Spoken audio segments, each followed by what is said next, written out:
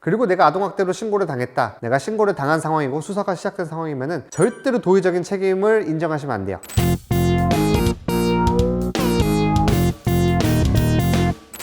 안녕하세요, 버블로입니다. 이번에 이야기할 주제는 제가 정말 많이 하고 있는 사건입니다. 아동학대에 대해서 이야기를 해보겠습니다. 제가 아무래도 학교 선생님 출신이에요.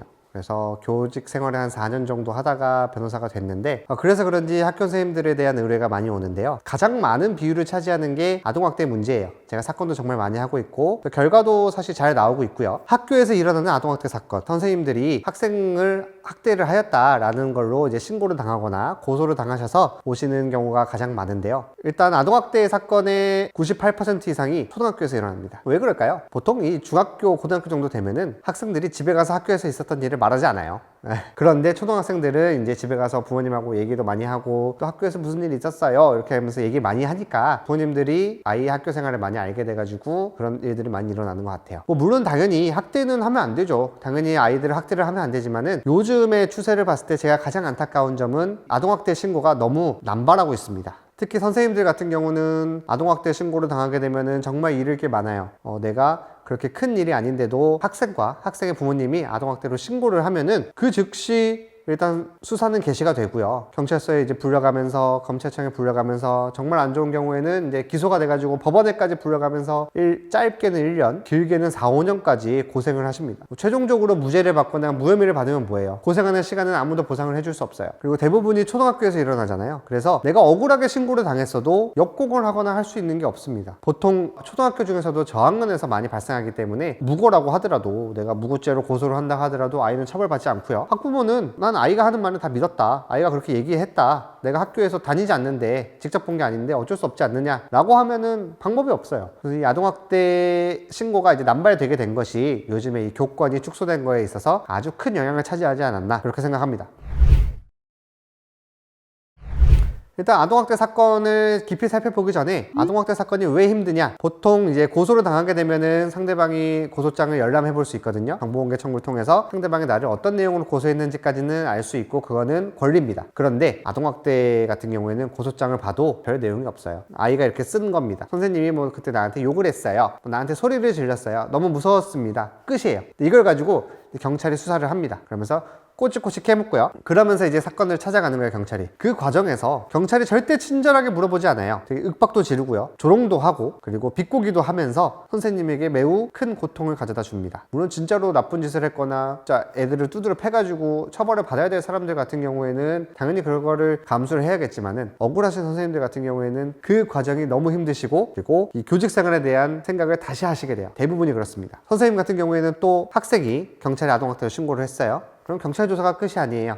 자동으로 따라붙는 것이 있습니다. 구청에서 아동학대가 맞는지 조사를 해요. 그리고 구청이든 시청이든 그 지역을 관할하는 지방자치단체에서도 이 아동학대 사건이 맞는지에 대해서, 학대가 맞는지에 대해서 별도로 조사를 합니다. 경찰 조사랑은 완전 따로 하는 거예요. 그리고 학교 선생님들은 하나가 더 붙죠. 교육청에서 징계도 내려옵니다. 징계 절차도 시작이 돼요. 그래서 이 세 가지를 동시에 방어하시는 게 정말 힘들어요. 그래서 아동학대 사건 같은 경우에는 아무리 작은 일이라고 생각을 하셔도 일단 신고가 되시면은 일단 처음부터 무조건 변호사 선임하시는 게 좋다라고 말씀을 드립니다. 그리고 내가 아동학대로 신고를 당했다 그러면은 가장 하지 말아야 될 말을 많이 하십니다. 도의적으로 죄송합니다. 일단 신고를 당하기 전에 잘 끝낼 수 있으면 모를까, 내가 신고를 당한 상황이고 수사가 시작된 상황이면은 절대로 도의적인 책임을 인정하시면 안 돼요. 그러면은 거의 자백 수준으로 평가가 돼가지고 쭉 재판까지 흘러가는 경우가 너무나 많습니다. 아동학대 사건을 하면서 가장 어려운 사건이 변호사 없이 일단 먼저 가서 혼자서 경찰 조사나 구청 조사를 받아오신 다음에 저한테 오시는 경우예요. 그러면은 정말 너무 어려워요. 가서 뭐 도의적인 책임, 뭐 죄송합니다, 제가 이런 부분은 잘못한 것 같습니다, 이런 거를 너무나 많이 말씀하셔서 수사를 다 이제 망쳐놓고 오셔가지고 그걸 이제 뒤집어서 좋은 결과 이끌어내는 게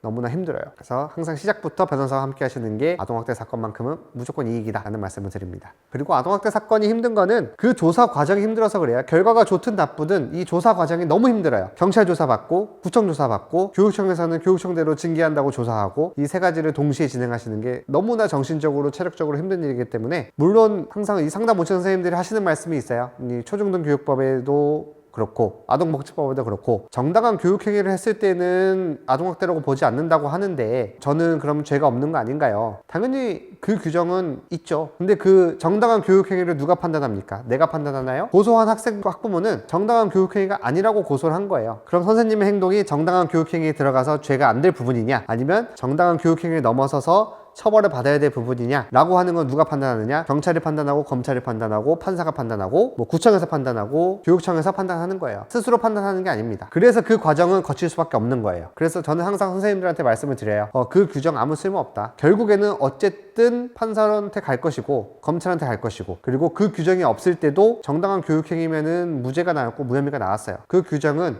거의 무의미한 규정이라고 설명을 드립니다. 자, 그러면 이제 무엇이 아동학대냐? 아동학대는 크게 신체적 학대랑 정서적 학대로 나뉩니다.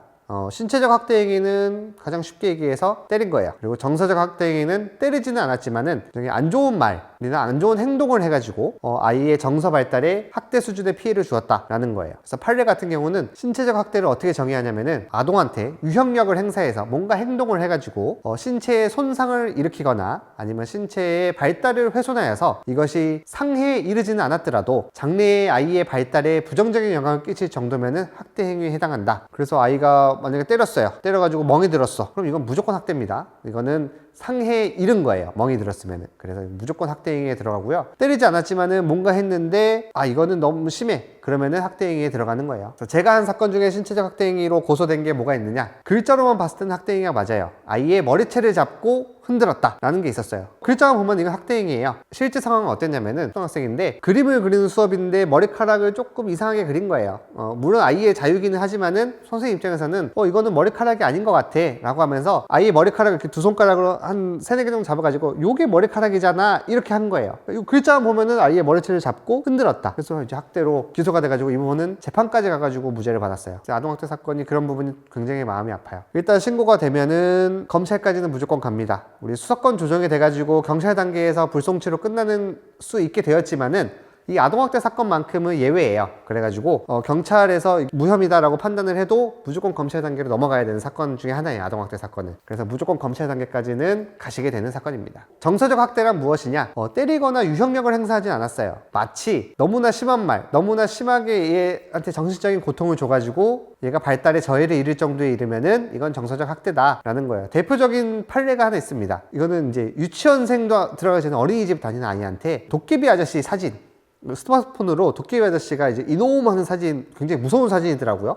그걸 여러 번 보여줬어요. 애가 말을 안 들을 때마다. 그래서 아동학대로 돼서 유죄가 났습니다. 이 정도로 무서운 사진을 반복해서 보여주는 것은 아이의 발달에 매우 큰 영향을 끼치는 거다. 그리고 아이가 심리검사를 했을 때도 아이가 꿈에서 나온다고 하고 계속해서 그 무서운 도깨비 아저씨가 떠나지 않아서 맨날 울고 그런 게 나와 있었기 때문에 아이가 너무나 심하게 고통을 입었기 때문에 이건 처벌하지 않을 수 없다 라는 게 있었어요. 신체적 학대와 정서적 학대는 귀에 걸면 귀걸이, 코에 걸면 코걸이인 경우가 많아요. 피해를 입었다고 주장하는 아이와 학부모는 당연히 있었던 일을 과장해서 얘기를 하죠. 그러면은 경찰이나 검찰이 봤을 때는 글자만 보면 학대가 맞게끔 이렇게 조사가 돼요. 그래서 이걸 방어하는 게 너무나 힘듭니다. 이게 교육행위에 해당하는지 아닌지도 봐야 되는 거예요. 이 교육행위에 해당하는지 아닌지도 주장을 하려면은 정밀하게 주장을 해서 변호사의 도움을 받아서 주장을 하시는 것이 좋은 결과가 나옵니다. 그리고 그 시점은 빠르면 빠를수록 좋고요.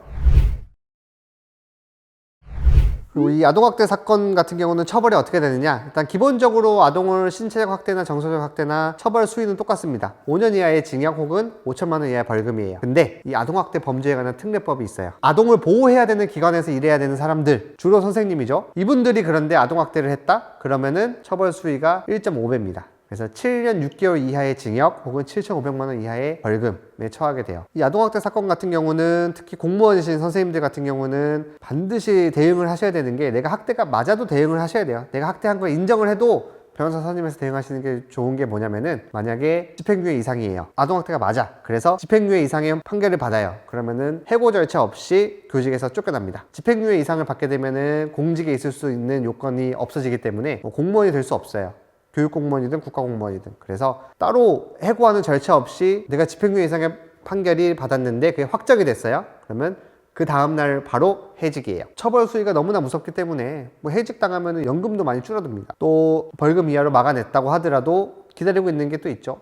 교육청 징계가 또 기다리고 있어요. 그래서 그 징계에서도 대응을 하셔야 되고 징계 수위도 낮춰야죠. 징계가 뭐 수위에 따라서 다르지만은 아동학대는 최대 해임까지도 나올 수 있기 때문에 벌금을 받았어도 교직에서 잘릴 수도 있습니다. 그리고 아동학대 사건에서는 이 유죄 무죄 말고도 그 가운데에 있는 게 하나 있어요. 이 보호처분이라고 하는 건데요. 검사가 봤을 때 이거 뭔가 학대는 맞는 것 같은데 조금 정도는 좀 약해. 그러면은 이 가정법원에 보호처분으로 넘길 수 있어요. 그렇게 되면은 보호처분의 가장 큰 장점은 전과에 남지 않고 징계에서도 굉장히 유리해요. 어쨌든 정도가 많이 약하다라고 판단을 해준 거기 때문에 보통 아동학대 교육 같은 거를 기본적으로 한 40시간부터 시작을 하는데 그 정도 들으면은 처벌하지 않겠다 뭐 이런 거라서 전과에도 남지 않고 나중에 인사상의 불이익도 굉장히 적고 그런 중간 단계가 하나 더 있긴 해요. 근데 그래도 보호 처분에서도 내가 뭔가 너무 억울해서 무죄를 다투고 싶다라고 하면은 다퉈야죠. 의뢰인이 원하면 당연히 다퉈야 되는 건데 여러 가지를 봤을 때 좀 효율성도 생각을 하는 것도 있고 그렇게 해서 많이 설득하기도 하고 제안을 드리기도 합니다.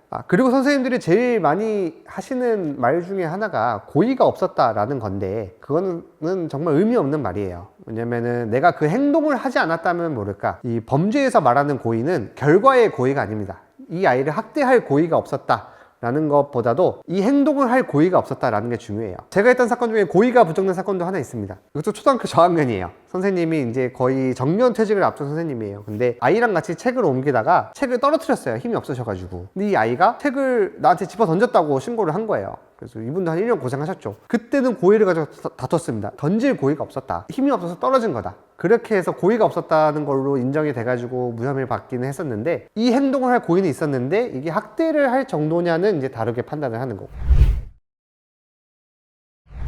이번에는 제가 정말 많이 진행하고 있는 아동학대 사건에 대해서 알아봤습니다. 아동학대 사건은 어려운 사건이기도 하고요. 정말 많은 노력이 들어가는 사건이기도 해요. 그만큼 쉽지 않습니다. 만약에 이런 일이 생기지 않는 것이 좋겠지만은 정말 억울하게 신고를 당했다라고 한다면은 처음부터 전략을 잘 세우셔서 철저하게 대응하시는 것을 추천드립니다. 과거에 우리 어른들이 학교 다닐 때는 정말 아동학대가 정말 많았죠. 심심하면 두드려 팼는데 그런 것도 문제지만은 또 그렇다고 해서 지금처럼 이 너무나 쉽게 아동학대가 신고가 되고 고소가 되는 것도 조금 문제가 있지 않나, 좀 제도적으로 손을 봐야 되지 않나 라는 생각도 있습니다.